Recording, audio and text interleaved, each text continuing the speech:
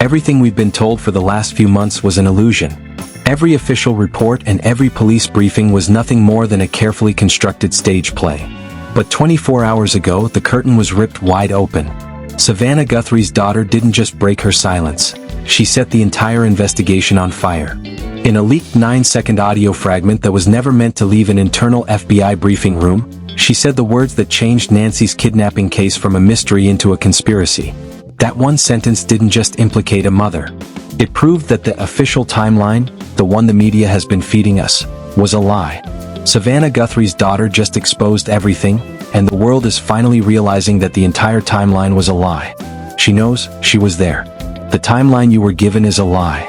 Tonight, we aren't just searching for an 84-year-old woman. We are dismantling a staged reality that authorities have fought desperately to protect. We are going deep into the leaked 9-second audio, the restricted metadata, and the unaccounted presence window that proves Nancy's disappearance wasn't a tragedy, it was a production. Prepare yourself, because what you are about to hear was never supposed to leave the encrypted servers of the FBI. Let's go back to the beginning. Nancy Guthrie, a respected community figure, vanishes from her home.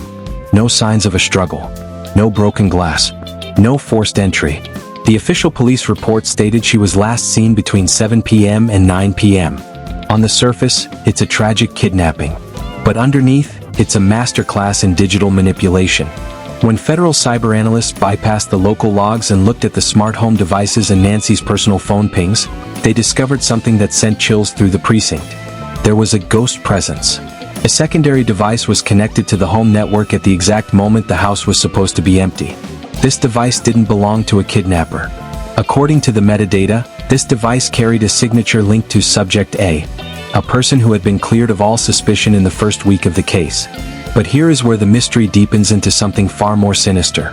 Investigators discovered what they call a mirror profile. Someone hadn't just stolen Nancy's phone, they had cloned her entire digital life. For 3 days after her disappearance, Nancy's accounts were active. Someone was replying to emails, liking photos on social media, and even checking the weather in the Catalina foothills. One forensic expert noted a chilling detail: the typing speed. Nancy, at 84, typed at an average of 12 words per minute. These replies were being sent at 60 words per minute. The person behind the screen wasn't just hiding Nancy, they were becoming Nancy. This digital mirroring was designed to create a false sense of security, to make the world believe she was still alive and well while the real Subject A was busy scrubbing the physical crime scene. It was a digital smokescreen, and it worked, until the daughter noticed a specific grammatical error in a text message that Nancy never would have made. That was the first crack in the lie. Now, let's address the audio leak that is currently breaking the internet. Savannah Guthrie's daughter reportedly recovered deleted chat backups from a shared family cloud account.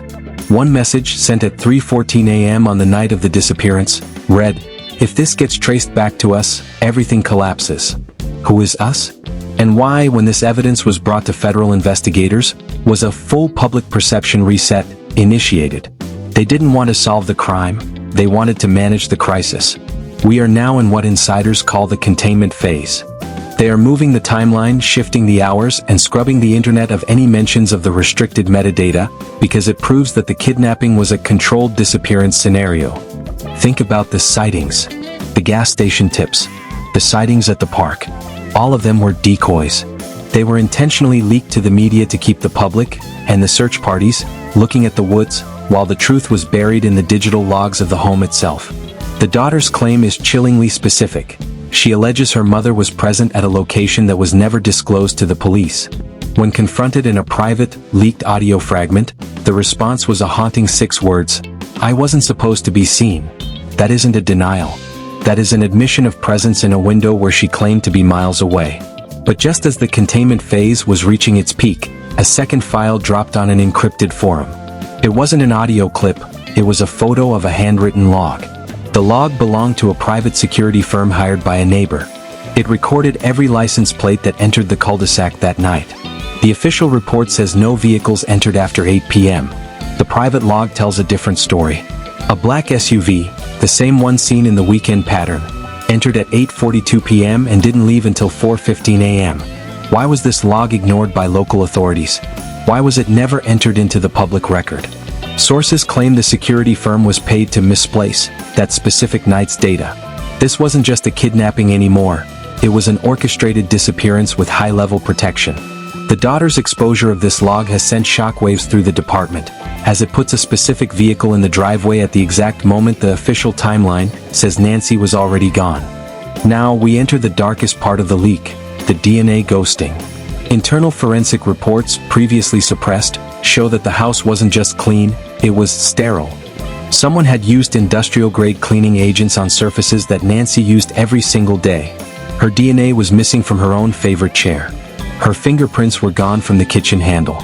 You don't clean a house after a kidnapping unless you are erasing a struggle that lasted much longer than 2 hours. The daughter claims she found a receipt for these chemicals in a hidden compartment of a vehicle registered to the family. The most terrifying revelation came just hours ago. An encrypted burner phone, found discarded 3 miles from the Guthrie estate, contained a single unsent draft. It was timestamped 76 days into the investigation. The message read, "She's starting to remember. We have to move her again." This implies Nancy wasn't just taken, she is being held. And she is being held by people who know her well enough to know when her memory is returning.